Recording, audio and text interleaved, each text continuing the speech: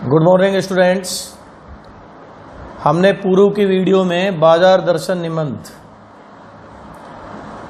की व्याख्याएं की थी और आज उसी क्रम को आगे बढ़ाते हुए 7वीं व्याख्या शुरू करते हैं। भांति भांति के बढ़िया माल से चौक भरा पड़ा है, उस सब के प्रति अप्रतीति यानी घृणा या ईर्षा उस भगत के मन में नहीं है, जैसे उस समूचे माल के प्रति भी उनके मन में आशीर्वाद हो सकता है।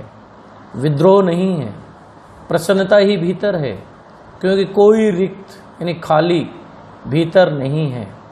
देखता हूँ कि खुली आँख, तुष्ट और मगन वे चौक बाजार में से चलते चले जाते हैं। राह में बड़े बड़े फैंसी स्टोर कहते हैं कलात्मक वस्तुओं की दुकानें पड़ते हैं, पर पड़े रह जाते हैं। कहीं भगत जी नहीं रुकते हैं तो एक छोटी सी पंसारी की दुकान पर रुकते हैं। वहाँ 2-4 अपने काम की चीज ली और चले आते हैं। बाजार से हठपूर्वक विमुखता उनमें नहीं है। इसी साल 2020 में एक प्रश्न भी बना था इसी वाक्य को लेकर कि बाजार से हठपूर्वक विमुखता उनमें नहीं है। यह किसके संदर्भ में और क्यों कहा गया है, स्पष्ट कीजिए। बड़ा क्वेश्चन बना था ये, तो ये व्याख्या महत्वपूर्ण है।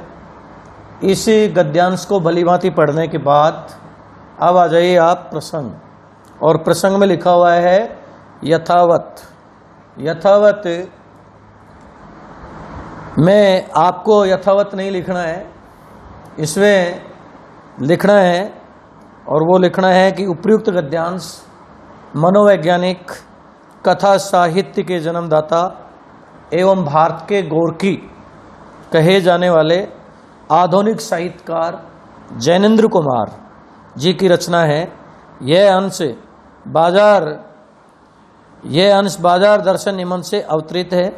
इसमें जैनेंद्र जी ने उपभोक्तावादी परंपरा एवं बाजारवाद का गहन मंथन किया है। ये प्रत्येक गद्यांश में व्याख्या एक जैसी होगी, प्रसंग एक जैसा ही होगा। व्याख्या देखो बाजार दर्शन निबंध में उपभोक्तावादी परंपरा एवं बाजारवाद को कभी दार्शनिक अंदाज में, कभी मित्रों के माध्यम से, कभी सहज भाव से वो इस बाजारवाद और उपभोक्तावादी परंपरा को विश्लेषित करते हैं। दर्शन और मनोवैज्ञानिकता को शामिल कर व्याख्या देखिए।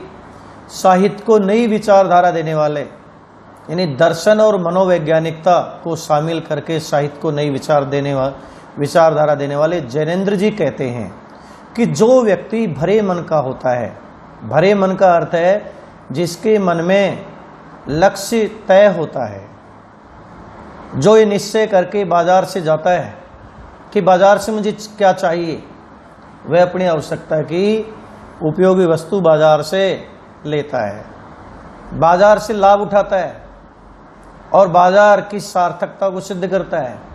लेकिन जो व्यक्ति के मन में लक्ष्य नहीं होता, यानी निश्चय नहीं होता है कि बाजार से मुझे क्या चाहिए, वह केवल क्रय शक्ति को बढ़ावा देता है और जिससे बाजारूपन को बढ़ाता है।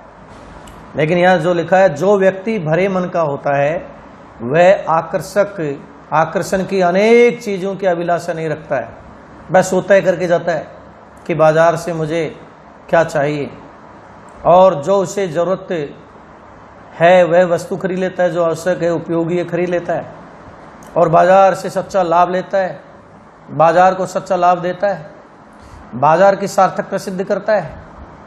ऐसा ही एक उदाहरण दिया है भगत जी का कि भगत जी वर्षों से चूर्ण बेचने का काम कर रहे हैं और एक बंधे बंधाए समय में चूर्ण बेचते हैं। 6 आने की कमाई हुई कि नहीं, भगत जी बची हुई चूर्ण की डिब्बियों को मुफ्त में बच्चों को बांट देते हैं। कभी उन्हें बीमार होते भी नहीं देखा, स्वस्थ हैं। लोग भगत जी से श्रद्धा रखते हैं। श्रद्धावश जब कभी वो बाजार में मिल जाते हैं तो बच्चे उन्हें नमस्कार करते हैं, ये समझ कर के भगत जी उन्हें जानते हैं। भगत जी जय जयराम करते हुए और जब बाजार में जाते हैं तो वहाँ पर भांति भांति के माल से चौक बाजार भरा रहता है, परंतु भगत जी पर उसका प्रभाव नहीं पड़ता क्योंकि भगत जी का मन भरा हुआ है। भगत जी उस सब तरह के माल से स्नेह की कमी नहीं रखते हैं। ऐसा भी नहीं है कि भगत जी को बाजार की वह सुंदरता, बाजार में असीमित वस्तुएं जो सजी धजी रहती हैं, भगत जी को ईर्ष्या नहीं होती, बल्कि उससे स्नेह होता है। वे उसे देखते भी हैं, परंतु उनके मन में उस समय उनके प्रति आसक्ति न रहकर, आसक्ति कहते हैं आकर्षण न रहकर, आशीर्वाद का भाव रहता है।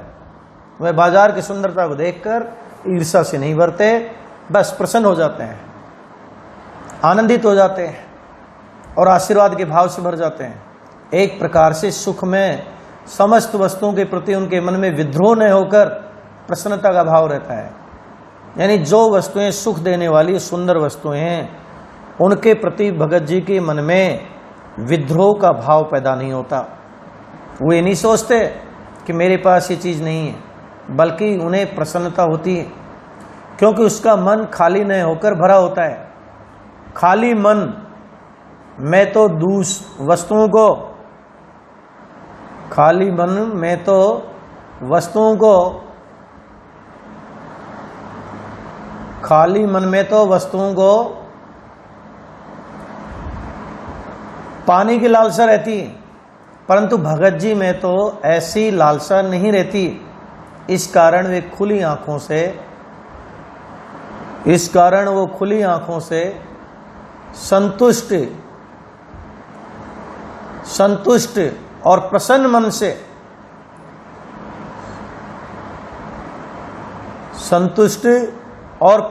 से, चौक बाजार में से आगे बढ़ जाते हैं। यानी बाजार की सुंदरता को, बाजार में सजी धजी वस्तुओं को वे देखते हुए, प्रसन्न होते हुए, आशीर्वाद देते हुए आगे चले आते हैं। रास्ते में सजे सजाए एवं चकाचौंध से युक्त बड़े बड़े फैंसी स्टोर पड़ते हैं, कलात्मक वस्तुएं हैं, बाजार भरा है, असीमित है, चकाचौंध है, लेकिन भगत जी के मन में उन वस्तुओं को प्राप्त करने की या खरीदने की लालसा नहीं है क्योंकि उनका मन भरा हुआ है। परंतु भगत जी उनकी ओर भरे मन से देखते हैं, ईर्ष्या के भाव से नहीं देखते हैं, कहीं भी बिना रुके बढ़ जाते हैं।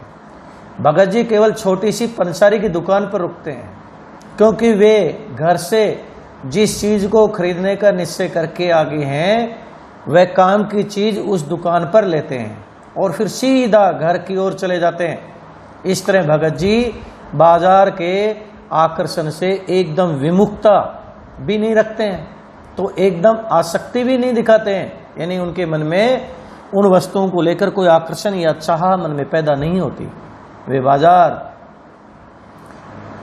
की जानबूझकर उपेक्षा न करके उपयोगी वस्तुओं को खरीदकर चले जाते हैं, उपयोगी वस्तुओं को खरीदकर चले जाते हैं। उनके लिए बाजार की उपयोगिता इतनी ही रहती है और उनके लिए बाजार की उपयोगिता इतनी ही रहती है। इसमें चूरन बेचने वाले भगत जी के माध्यम से लेखक ने एक तरह से दार्शनिक अंदाज में और भगत जी का उदाहरण देकर बाजार हमारी आवश्यकता की पूर्ति के लिए है, अर्थ दंभ प्रदर्शन के लिए नहीं है। बाजार की सार्थकता वही सिद्ध करता है जो ये जानता है कि बाजार से उसे क्या चाहिए, कौन सी वस्तु उसके लिए उपयोगी है। और चूर्ण बेचने वाले भगत जी के माध्यम से इसमें लेखक ने स्पष्ट किया है। अब इसमें विशेष हम लिखेंगे, गद्यांश की भाषा सरल, पहला बिंदु, सुबोध एवं सुगम है, दूसरा बिंदु, शैली विवेचनात्मक एवं व्याख्यात्मक है, तीसरा बिंदु, इस गद्यांश में बाजार की सार्थकता सिद्ध की है, चौथा बिंदु लिखेंगे, इसमें बाजारूपन को घातक बताया गया है, पांचवा बिंदु, इसमें बताया है कि बाजार आवश्यकता की पूर्ति के लिए होते हैं। ये सारे बिंदु आपको पूरी तरह लिखने हैं। कई विद्यार्थी होमवर्क करते हैं तो ये सोच लेते हैं कि ऐसे ही बिंदु यथावत लिख दे, नहीं, आप बार बार लिखेंगे ये चीज़ पक्की होती है और अच्छे ढंग से आप लिख पाते हैं। इसलिए हर गद्यांश की व्याख्या के विशेष में बिंदुओं को पूरा लिखिए, आलसी मत बनिए। और छठा बिंदु है, इस गद्यांश में लक्ष्य लेकर बाजार में आने से बाजार के जादू से बचा जा सकता है, यह व्यंजना है। इस प्रकार से हम व्याख्या करेंगे कि हमें तय होना चाहिए कि बाजार दर्शन में ये बिंदु विशेष में महत्वपूर्ण है, 5 बिंदु तो। और छठा बिंदु ये है कि उस गद्यांश में क्या भाव व्यक्त किया गया है उसको हम अपने शब्दों में लिखें। अगली जो व्याख्या है और वो है 8वीं व्याख्या। 8वीं व्याख्या में इसको ध्यानपूर्वक पढ़िए और ध्यानपूर्वक पढ़ने के बाद बाजार को सार्थकता वही मनुष्य देता है जो जानता है कि वे क्या चाहता है, और जो नहीं जानते कि वे क्या चाहते हैं अपनी परचेजिंग पावर से, यानी क्रय शक्ति के गर्व से, अहंकार से, अपने धनी होने के दंभ से, अपने पैसों से केवल बाजार को एक विनाशक शक्ति देते हैं, एक शैतानी शक्ति देते हैं, एक व्यंग की शक्ति देते हैं। ऐसे लोग बाजार से सच्चा लाभ नहीं उठा पाते और उस बाजार को वो सच्चा लाभ भी नहीं दे सकते। वे लोग बाजार का बाजारूपन बढ़ाते हैं, जिसका मतलब है कि कपट बढ़ाते हैं। कपट की बढ़ती का अर्थ है परस्पर में सद्भाव की घटी। ये महत्वपूर्ण व्याख्या है और इस महत्वपूर्ण व्याख्या में से ही प्रश्न आते हैं। प्रसंग यथावत लिखेंगे जो हमने अभी बता दिया, और वही प्रसंग होगा। प्रसंग कौन सा होगा? वही प्रसंग होगा। अब इसमें वही प्रसंग होगा। इसके बाद व्याख्या शुरू करते हैं हम। व्याख्या में देखिए, बहुत अच्छी बात है, हमने ये प्रश्न भी किए हैं और प्रसंग भी किए हैं। प्रसंग हम लिख ही देंगे यथावत की जगह कि उपयुक्त गद्यांश मनोवैज्ञानिक कथा साहित्य के जन्मदाता एवं भारत के गोरकी कहे जाने वाले आधुनिक साहित्यकार जैनेन्द्र कुमार जी की रचना है। यह अंश बाजार दर्शन निबंध से अवतरित है। इसमें जैनेन्द्र जी ने उपभोक्तावादी परंपरा एवं बाजारवाद का गहन मंथन किया है। अब देखिए व्याख्या।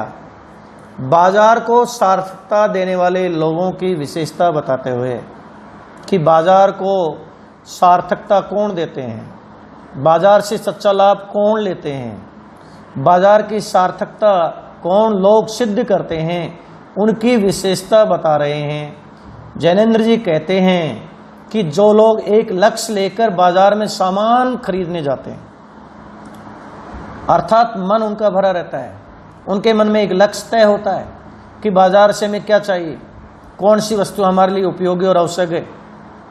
वो ये एक लक्ष्य लेकर बाजार में सामान खरीदने जाते हैं तो अनाप शनाप अनावश्यक अनुपयोगी खरीदारी नहीं करते। ऐसे लोग ही बाजार को सार्थकता प्रदान करते हैं। परंतु जो लोग लालसा तृष्णा से ग्रस्त रहते हैं, जिनके मन में लक्ष्य नहीं होता, जो लालसा से तृष्णा से ग्रस्त होते हैं, जो तय नहीं कर पाते कि बाजार से मुझे क्या चाहिए, तृष्णा से ग्रस्त रहते हैं, बाजार की चकाचौंध से प्रभावित होकर सब कुछ खरीदने की इच्छा रखते हैं। बाजार सजा धजा है, बाजार रूपी सुंदरी सजी धजी है, उनके मन में सबसे पहले अभावता पैदा होती है। ऐसे लोग सोचने लग जाते हैं कि बाजार में बहुत कुछ वस्तुएं हैं, मेरे यहाँ बहुत सीमित हैं। उसे हर वस्तु आराम देने लायक लगने लग जाती है, उसके मन में अभाव पैदा होता है, ईर्ष्या होती है और वह अपने क्रय शक्ति का दंभ दिखाकर अनावश्यक अनुपयोगी वस्तु खरीदने लग जाता है और क्रय शक्ति की गर्व से सब कुछ खरीदने लग जाते हैं।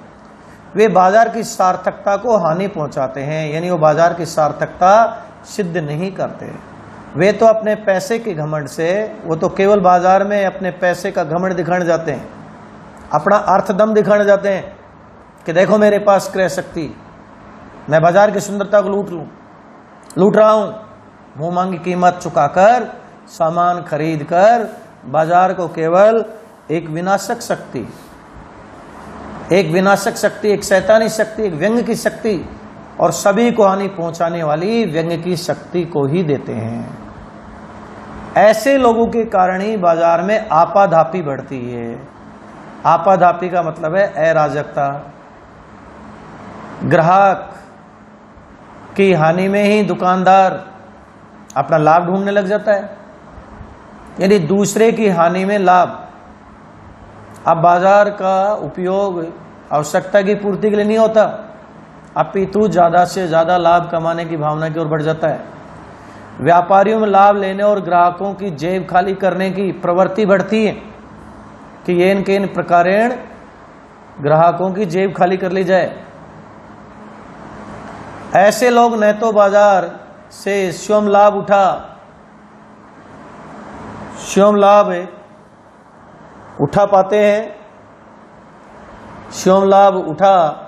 पाते हैं और न वे बाजार को सच्चा लाभ दे पाते हैं। वे अपने परचेजिंग पावर के घमंड से बाजार का बाजारूपन बढ़ाते हैं। कपट, फरेब यानी चालाकी एवं शोषण को बढ़ावा देते हैं। वे मूल्य वृद्धि एवं उपभोक्तावाद की दूषित प्रवृत्ति को फैलाते हैं। तो आज जो महंगाई की मार है जिसमें आम जन त्रस्त है, उसका कारण भी बाजारूपन है।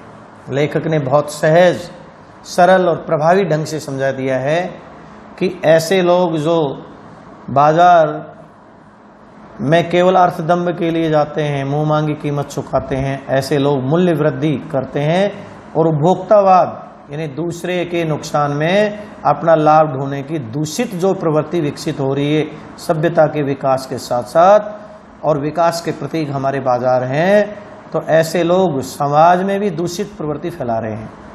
उनके इस तरह के व्यवहार से बाजार में स्वार्थ एवं कपट बढ़ता है।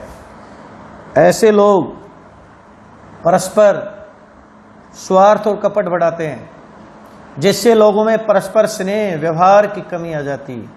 और यही कारण है कि आज विकास के साथ साथ हमारे परस्पर स्नेह और व्यवहार में कमी आई है। स्नेह और व्यवहार में कमी आई है। इसके बाद हम विशेष में वही बिंदु लिखेंगे। गद्यांश की भाषा सरल, सुबोध एवं सुगम है, पहला बिंदु। दूसरा बिंदु शैली विवेचनात्मक एवं व्याख्यात्मक है। तीसरा बिंदु इस गद्यांश में बाजारूपन के सार्थकता सिद्ध की है।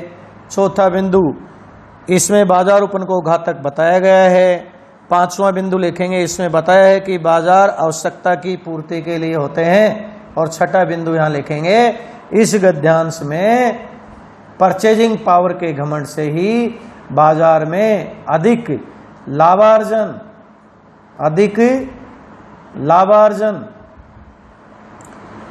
कपटाचरण एवं स्वार्थपरता की प्रवृत्ति का बढ़ना बताया है। इसके बाद देखिए अगला जो हमें ये हमारे हुए पूरे के पूरे व्याख्या, और व्याख्या हमने कुल कितनी की है? व्याख्या कर दी 7, ये इंपॉर्टेंट है, 8 कर दी। 8 व्याख्याएं हमारी पूरी हुई हैं। अब इन्हीं व्याख्याओं को अच्छी तरह से पढ़ने पर इन्हीं व्याख्याओं में से प्रश्न भी आते हैं।